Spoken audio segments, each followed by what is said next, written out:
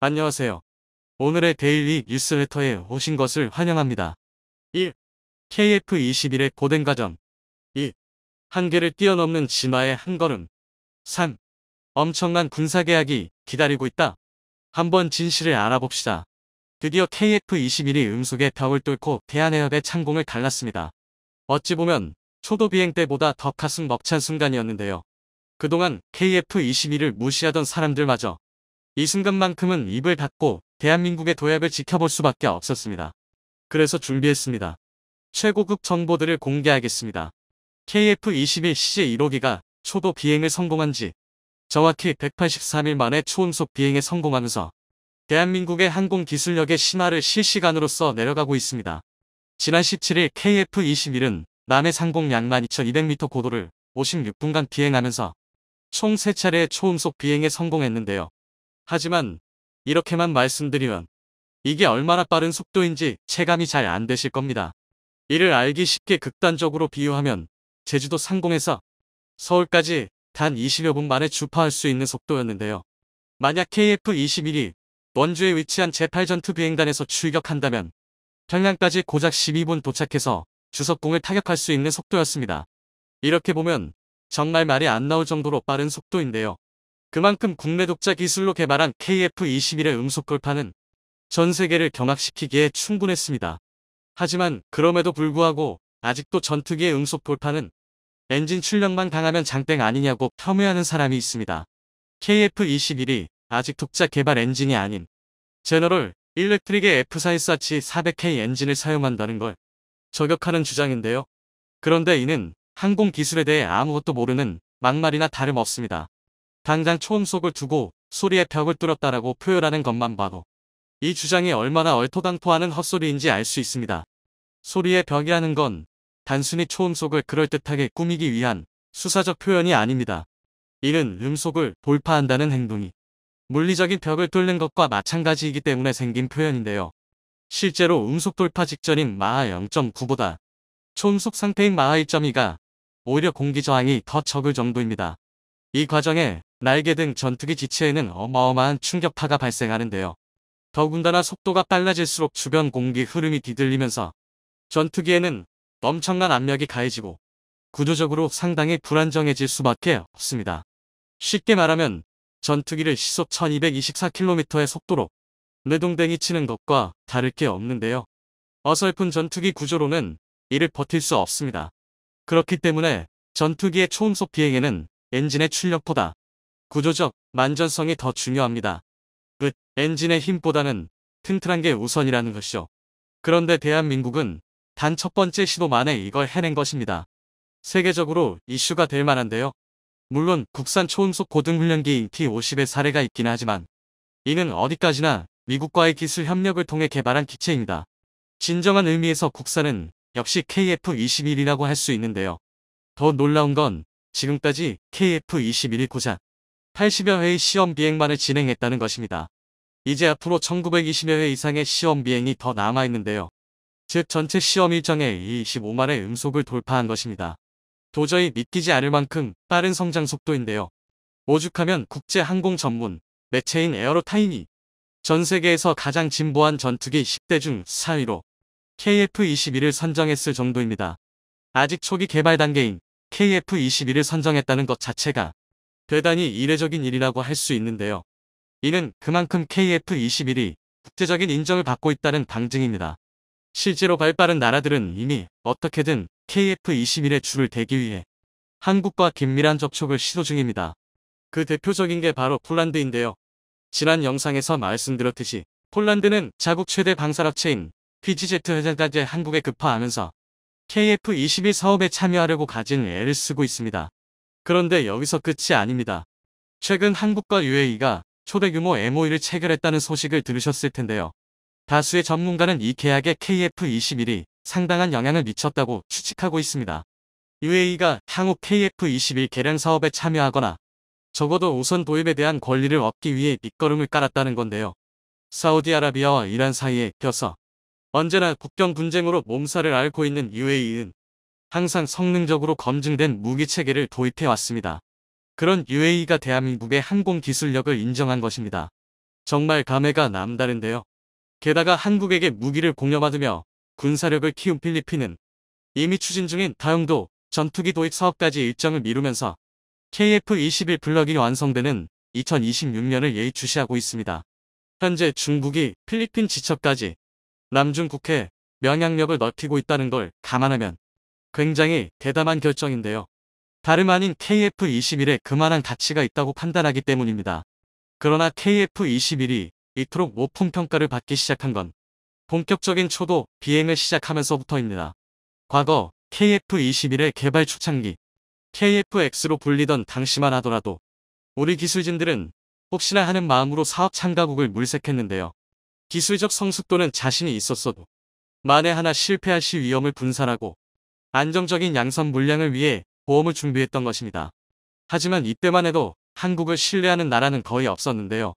아직까지 세계에서 한국을 바라보는 시선은 6.25 전쟁으로 원조받는 나라에서 조금밖에 발전하지 못했던 것입니다. 정말 안타까운 일인데요. 그러나 후발주자가 어쩔 수 없이 겪어야 하는 성장통이었습니다. 심지어 튀르키예는 지난 2010년 두 차례나 비공개 협의를 진행했고 2011년에도 공식적으로 개발 참여를 발표하는 등 상당한 관심을 가지는 듯 했는데요. 하지만 이는 한국의 사정이 좋지 않다는 걸 노린 얼토당토 않은 갑질을 위한 포석이었습니다. 튀르키예는 자신들이 KF-X에 참여하는 대신 30-40%의 개발 지분, 기술 이전, 일부 수령 튀르키예 내양산을 요구했고 당시 진행 중이던 우리 군의 차세대 대형 공격 헬기 도입 사업에 튀르키예와 이탈리아가 공동 개발한 T-129 강요하는 등 정신 나간 조건을 들이밀었습니다. 당면이 독자 개발을 추진하는 한국 입장에서는 고려할 가치도 없는 조건이었는데요. 결국 한국은 최악의 파트너인 인도네시아를 선택할 수밖에 없었습니다. 그리고 그 결과는 여러분 모두가 아실 텐데요. 심지어 인도네시아 내부에서 정부가 실속도 없는 사업에 세금을 낭비한다라는 온갖 비난이 제기되었습니다. 한국은 이런 자존심 상하는 상황에서도 어쩔 수 없이 인도네시아를 안고 가야 했는데요. 그런데 KF-21의 실기체가 등장하면서 상황은 대반전을 맞이했습니다. 한번 시험 비행에 나설 때마다 전 세계 방산 시장에 이슈가 되고 있기 때문인데요. 이제 인도네시아와의 갑을 관계는 완전히 역전되었고 한국은 분담금에 대한 정당한 권리를 주장하고 있습니다. 또한 앞서 말씀드린 것처럼 이미 폴란드, UAE, 필리핀이 관심을 보이는 만큼 예상 양산 물량도 순항하고 있습니다. 실제로 미국 CNN은 KF-21 출고를 대서특필하면서 한국이 자체 개발 초음속 전투기를 출시해 군사 항공 거인의 독점 클럽에 합류했다고 감탄했는데요.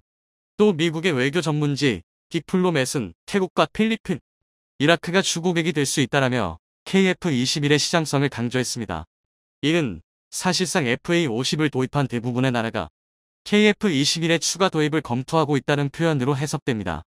이제 한국이 특정 무기를 단독으로 수출하는 게 아니라 미국처럼 일정 군사 분야에서 하나의 체계를 전부 수출할 수 있는 군사 대국이 된 것입니다. 이처럼 대한민국은 KF-21과 함께 음속보다 빨리 비상하고 있습니다. KF-21이 남은 1920여 회의 시험 비행 동안 잘 나가던 원전 수출 시장에서 빨간불이 들어왔습니다. 압도적인 기술력으로 원전 시장에 총하였던 한국이 미국 기업의 방해로 수주 계획에 문제가 발생한 것입니다. 그런데 이 문제를 기발한 방법을 통해 해결할 수 있다는 소식이 들려오면서 오히려 위기를 한국은 기회로 만들었다고 하는데요. 대체 한국이 어떤 방법을 동원했고 현재 원전 시장에서 한국이 갖는 기대에 대해 지금부터 자세하게 설명해 드리겠습니다. 에너지 쇼크. 유럽은 물론이고 미국까지도 강타한 에너지 문제는 이제까지 친환경 에너지로 바꿔야 한다는 주장을 불식시키고 기존 에너지원 사용을 고려하게 만들었습니다. 특히 우크라이나 러시아 전쟁 이후 발발한 에너지 대란은 기존 화력발전은 물론이고 위험성으로 많은 비난을 받은 원자력 발전소 가동까지도 다시 재고하게 만든 일이라 할 수 있는데요. 그동안 친환경 에너지의 강점을 강조하며 모든 에너지를 친환경 에너지로 대체할 수 있다는 주장과 관련 반대론자들의 주장을 불식시킨 환경론자들은 참혹한 현실을 부인할 수 없었습니다. 결국 기존 에너지원을 지지하던 이들의 승리로 끝났죠. 화력발전소 폐쇄를 주장하던 이들은 화력발전소 가동을 지지하는 형태로 주장을 바꿨으며 원자력 폐쇄를 외치던 이들은 원자력 존치를 주장하게 됐습니다. 유럽에서 일어나는 이 흐름 속에서 뜻밖의 국가가 큰 혜택을 보게 되었는데요. 바로 대한민국이 혜택의 대상자입니다. 탄소 기반 에너지원이 없던 한국은 대체 에너지를 찾기 위해 원자력 발전에 주목하게 됩니다. 한국 기술자들은 원전 기술 도입에 적극적으로 나서며 기술 개발에 매진했죠. 그 결과 한국은 차세대 원전인 APR-1400을 개발할 수 있었고, 소수의 나라들만 개발이 가능했던 원전 원천 기술을 보유할 수 있게 되었습니다. 그리고 원전 종주국이라 일컫는 미국조차 한국을 인정하게 되었죠. 미 원자력규제위원회 NRC는 2019년 한국이 개발한 APR-1400 원전과 관련 기술적인 이슈가 없다고 말하며 원자력 발전소의 설계 인증서 DC에 허가를 내주었습니다. 세계에서 가장 까다로운 심사 과정을 가진 미국 원자력 규제기관에서 설계 인증서를 최초로 미국이 아닌 국가에게 내준 일인데요. 이제까지 NRC가 원자로 사용과 관련 일을 인증한 곳은 웨스팅하우스와 지가 유일했습니다. 동양의 작은 국가가 해낼 것이라고는 미국 원자력 전문가들도 상상하지 못한 일이라 할 수 있었죠. 프랑스 아레바와 일본 미쓰비시도 NRC 인증을 받기 위해 원전 설계 인증 절차를 밟았으나 결국 허가를 받지 못했는데요. 그런데 한국은 외국 가운데서 유일하게 이 기준을 통과한 것입니다. 덕분에 한국은 품질 면에서 우수하다는 평가를 받으며 세계 원자력 시장에서 선진국으로 분류되었죠. 하지만 친환경 에너지 바람이 크게 불었던 미국과 유럽에서는 한국의 원전 기술과 관련 크게 주목하진 않았습니다.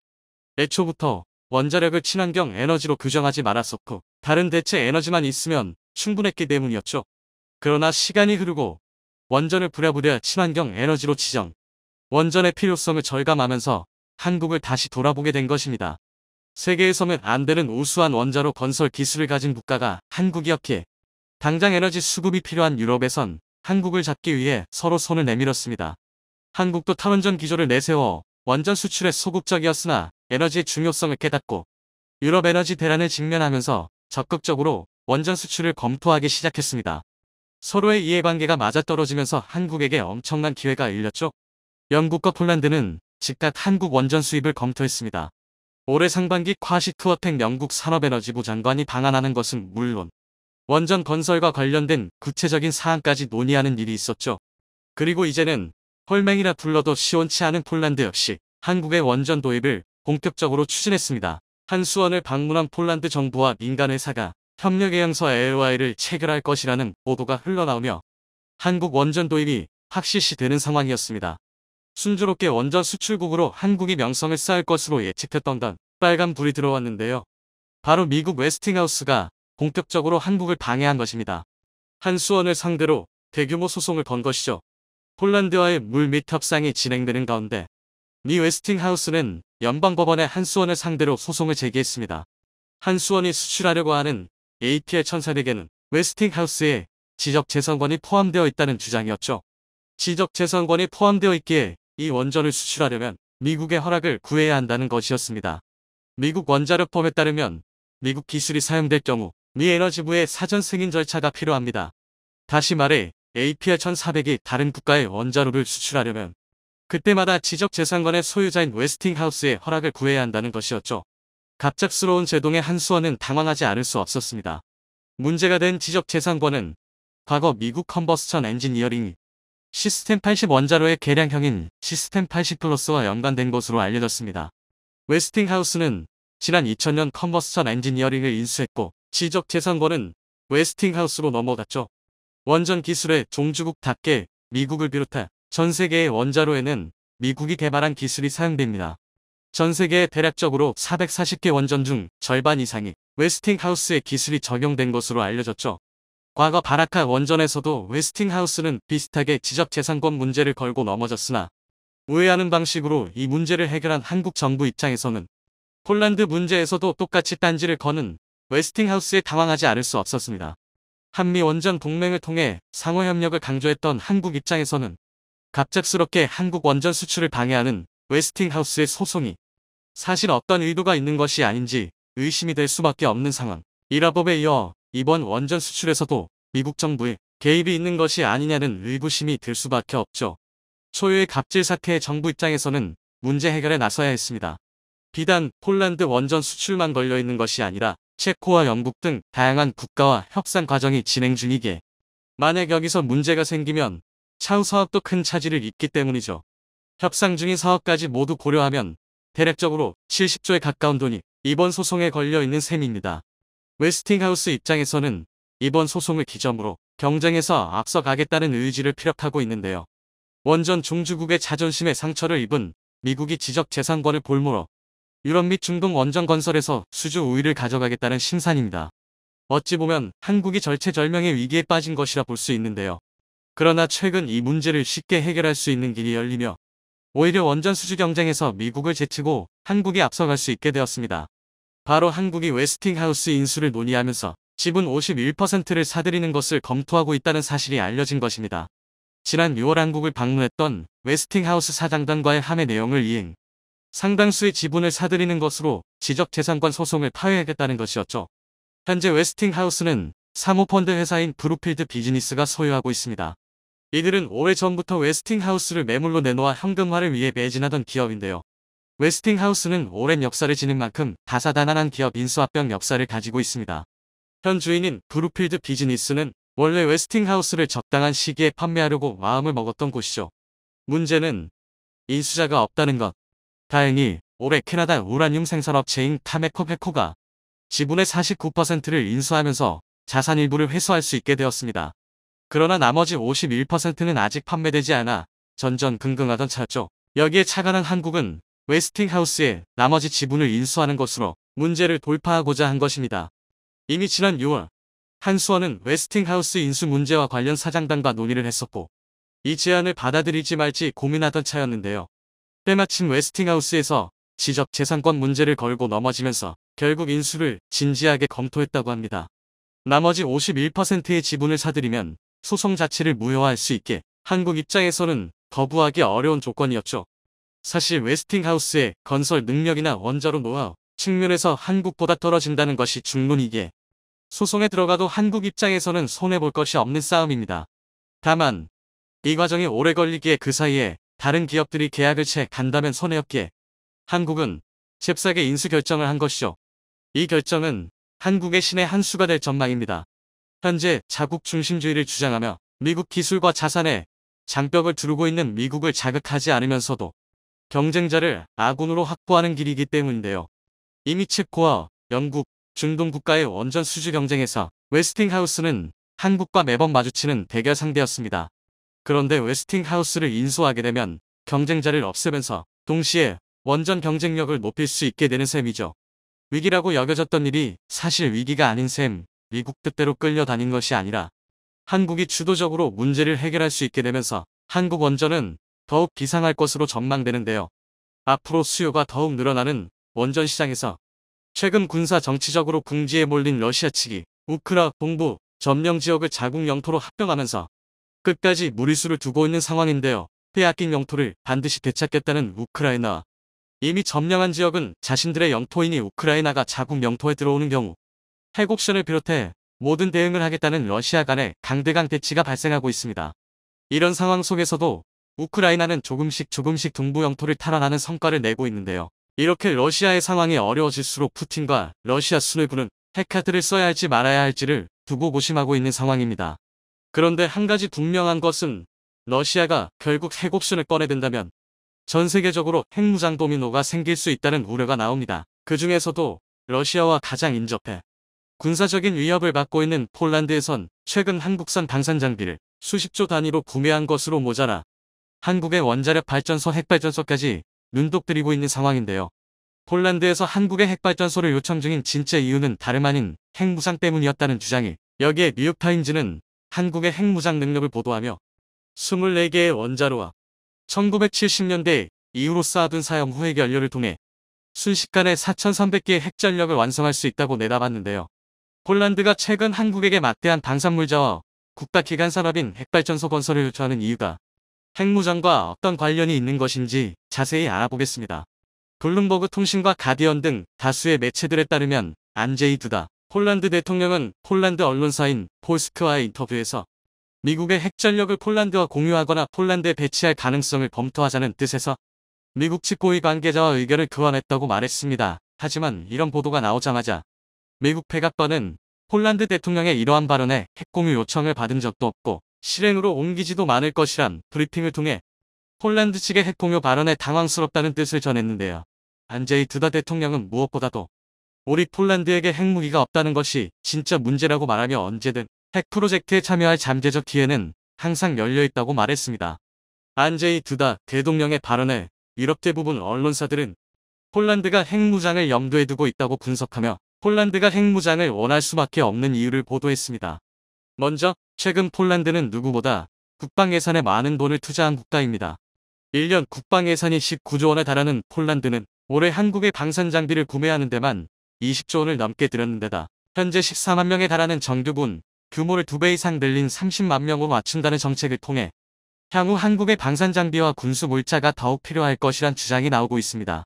그런데 문제는 폴란드의 국내 총생산 GDP를 확인해보면 1인당 GDP의 경우는 1만 5천 달러 수준으로 곧 4만 달러를 향해 가는 한국과 비교해 절반 정도 수준의 경제력을 보여주고 있습니다. 즉 폴란드의 이번 국방 지출은 국가의 경제 규모에 비해 과도한 소비라는 지적으로 국방 예산에 투자한 만큼 경제 발전이나 국가 발전은 상대적으로 뒤처질 수밖에 없다는 것이 폴란드 측 정부 관계자들의 우려입니다. 따라서 러시아가 아무리 군사력을 키위 폴란드 앞까지 전진해도 러시아에 대항할 수 있는 핵전력이 있었다면 지금처럼 막대한 지출을 하지 않아도 됐다는 논리입니다. 또한 핵이라는 확실한 방어수단이 있었다면 지금처럼 부족한 군사력에도 조급해하지 않고 안정적으로 방어 전력을 구축할 수 있었다는 주장입니다. 만약 러시아가 우크라이나를 향해 아주 소형의 전술핵이라도 사용하는 일이 생겼을 때 미국이 확전을 막기 위해 아무런 대응도 하지 않는다면 폴란드는 자국을 지키겠다며 진지하게 핵무장을 선언할 각오가 되어 있는 것처럼 보입니다. 폴란드 대통령의 핵공유에 대한 발언, 핵무장에 대한 필요성을 높여주고 있는데요. 폴란드가 자체 핵무장을 위해 가장 필요로 하는 것이 원자력 발전소, 즉 핵발전소입니다. 특히 폴란드는 한국에 핵발전소를 도입하겠다며 한국 수력 원자력 가양 핵약서를 체결하기도 하는 등 방산 도입에 이어서 한국의 핵발전소에도 큰 관심을 보이고 있습니다. 현재 폴란드 원전 수주 현황은 한국, 미국, 프랑스 3개국이 경쟁하고 있는데 프랑스 원전은 사실상 폐쇄된 것으로 보이고 한국과 미국 두 곳이 가장 유력한 상황입니다. 그런데 폴란드 대통령이 미국에게 핵공유를 요청하는 등 핵무장에 준하는 수준의 발언을 했지만 미국이 이를 부정하는 현황을 봐서 미국은 폴란드에게 향후 핵원료로 사용될 수 있는 원자력 발전소를 건설해주지 않을 가능성이 있는 상황입니다. 반대로 폴란드 측에서도 핵 도입에 부정적인 미국의 원전을 굳이 도입할 이유가 없는 것도 마찬가지인데요. 이런 상황에 안 그래도 유력했던 한국의 원전이 폴란드 내부에서 더욱 탄력을 받고 있습니다. 원자력 발전소는 경수로와 중수로 크게 두 가지 종류가 있습니다. 지난 90년대까지만 하더라도 핵무기의 원료로 사용될 수 있는 원자로는 중수로이며 경수로 원자로를 통한 핵무기 제조는 사실상 불가능하다는 의견이 많았지만 기술이 발전한 지금 재처리 과정을 통해 경수로에서도 핵무기에 사용될 수 있는 플루토늄을 충분히 추출할 수 있다는 것이 원자력 전문가들의 공동된 입장입니다. 원전의 전력 생산에 사용되고 남은 핵연료는 퓨렉스라는 재처리 기술을 통해 안정적으로 플루토늄을 얻어낼 수 있습니다. 특히 한국은 1970년대부터 원자력 발전소의 목적을 유사시 핵전력 완성을 염두에 두고 설계, 군사용에 가까운 특성을 띠고 있습니다. 1970년 7월 올리엄 로저스 당시에 미국 국무부 장관은 2만 명에 달하는 주한미군을 철수하겠다는 공보를 하게 되자 한국 정부 차원에서 자체적인 핵무장 프로젝트를 세운 것이 발단이 되었습니다. 70년대 정부부터 비밀리에 핵개발을 시도했지만 미국 측의 반대로 완성시키지 못했는데요. 그런데 최근 들어 이런 흐름에 큰 변화가 생기고 있습니다. 특히 2024년 11월로 예정된 미국 대선에서 트럼프 전 대통령이 다시 정권을 잡는다면 한국이 핵무장할 가능성이 더욱 높아졌다는 것입니다. 2016년 대선 후보 당시 트럼프 대통령은 비용적인 문제로 주한미군 철수를 언급하며 그 대가로 한국이 자체 핵무장을 하도록 용인할 것이라는 의견을 내기도 했으며 대통령에 당선된 이후 2017년 9월에는 중국과의 군사경제적 마찰로 인해 갈등이 격화되자 한국의 전술핵을 재배치하거나 자체 핵무장을 허용하는 것을 검토했다는 사실이 백악관 긴급국가안보회의 NSC에서 나왔습니다. 당시 전문가들은 이런 검토를 두고 궁극적으로 중국을 견제하기 위한 목적일 것이라 분석했는데요. 부산대학교의 정치외교학과 교수는 로버트 켈리 역시 2024년 트럼프가 집권에 성공한다면 한국의 핵무장 가능성이 그 어느 때보다 높아진다고 내다봤습니다. 이에 뉴욕타임즈는 한국은 70년대부터 쌓아온 사용 후 핵연료가 있다며 이를 통해 순식간에 4,300개의 핵전력을 확보하는 것이 가능하다고 보도했습니다. 이어서 중국이 현재 보유 중인 150개의 핵탄두는 한국의 현재 기술로 완성이 가능하며 한국이 이처럼 준비할 수 있었던 이유는 1970년 주한미군 철수 동보에 따른 원자력 발전소를 군사적으로 이용하기 위한 중장기적인 플랜을 세워두었기 때문입니다. 게다가 50년 동안 쌓아둔 핵연료봉을 재처리하면 핵잠수함과 핵항공모함을 연료로 탑재할 수 있어 한국의 핵전력 시스템 완성이 가능해집니다. 핵을 보유하고 이것을 언제 어디서든 발사하기 위해 핵잠수함이 반드시 필요한데요. 한국의 핵잠수함을 보유하게 되면 중국, 러시아는 물론이고 그 어떤 나라도 한국에게 선제적인 군사적 도발은 불가능하게 됩니다. 특히 핵잠수함의 경우는 한국이 오래전부터 개발하겠다는 의사를 밝혔지만 동북아시아에서 중국의 군사적 팽창을 우려한 미 측이 한국의 핵잠수함 개발을 반대해왔습니다. 하지만 기술이 없는 것이 아닌데다 세계 최고의 조선 기술을 가지고 있게 언제든 만들 수 있다는 능력과 기술이 있습니다. 따라서 폴란드 측은 한국의 종합적인 원자력 기술을 보고 한국의 원전을 도입할 궁리를 하는 것입니다. 개발 시초부터 목적이 핵 추출을 위한 것입니다. 일단 만들어 놓으면 향후 핵잠수함과 핵항모 등 다양한 전략 자산에도 사용할 수 있기에 한국형 핵발전소만큼 국익에 도움이 되는 선택지는 없다는 것인데요. 하지만 만에 하나 폴란드 원전 수주를 미국이 하게 되어도 한국의 시공업체들이 천문학적인 낙수 효과를 보게 될 것으로 전망됩니다. 한국이 유력한 상황이지만 미국의 원전업체는 시공 능력보단 설계에 중점을 두고 있어 한국이 유력한 상황이지만 미국의 원전업체는 시공 능력보단 설계에 중점을 두고 있어 원전을 수주한다고 해도 건설과 같은 시공 분야는 다른 곳에 외주를 줘야 합니다. 그리고 1960년대에 도입을 시작한 한국 최초의 원전은 미국의 웨스팅하우스에서 기술 이전을 해준 고려원전으로 이번 폴란드 원전에 미국 웨스팅하우스가 수주한다면 상당수 시공 분야에 한국의 원전 관련 기업들이 참여할 것으로 예상됩니다. 이미 수많은 웨스팅하우스 원전 건설에서 한국의 업체들이 참여해 시공한 사례가 있으며 한국의 원전 자체가 미국 웨스팅하우스의 기술 이전을 뿌리로 설계하여 상호간 시스템이나 부품 등 호환성이 뛰어나다고 알려져 있기에 원전의 설계와 시공에서 이점이 많습니다. 한국도 자국의 안보와 이익을 지키기 위해 건설적인 핵무장 논의가 반드시 필요한 상황입니다. 유사시 우리 스스로 지킬 힘도 필요하지만 그 누구도 우리를 먼저 공격할 엄두조차 내지 못하게 할 압도적인 저지력이 필요한 순간입니다. 특히 한국형 핵항모 건조가 논의되는 가운데 누리호를 기점으로 한국의 대륙간 탄도미사일 ICBM 기술 역시 사실상 완성 단계 수준이 되었고 거기에 잠수함발 사탄도 미사일 SLBM 체계까지 완성시킨 한국은 최종 관문인 핵 보유만 남겨두고 있습니다. 과거 선진국들이 ICBM과 SLBM을 개발한 이유는 역시나 핵을 탑재하기 위한 목적으로 모든 한국의 군사적 개발 방향이 최종 관문인 핵 보유로 가고 있다는 점은 부정할 수 없는 사실입니다. 게다가 한국은 정당한 명분도 존재합니다. 북한이 핵 개발을 완료한 단계에 접어들었는데 인접국인 중국은 북핵을 견제하기보단 오히려 적극 지원하고 있다는 사실은 매우 유명하죠. 따라서 현재 한반도의 위기 상황에 중국 역시 책임이 있으며 한국의 핵무장을 반대할 명분이 없는 상황입니다. 중국이 적극적으로 나서 북핵을 저지했다면 한국도 핵무장을 할 필요가 없었기 때문입니다.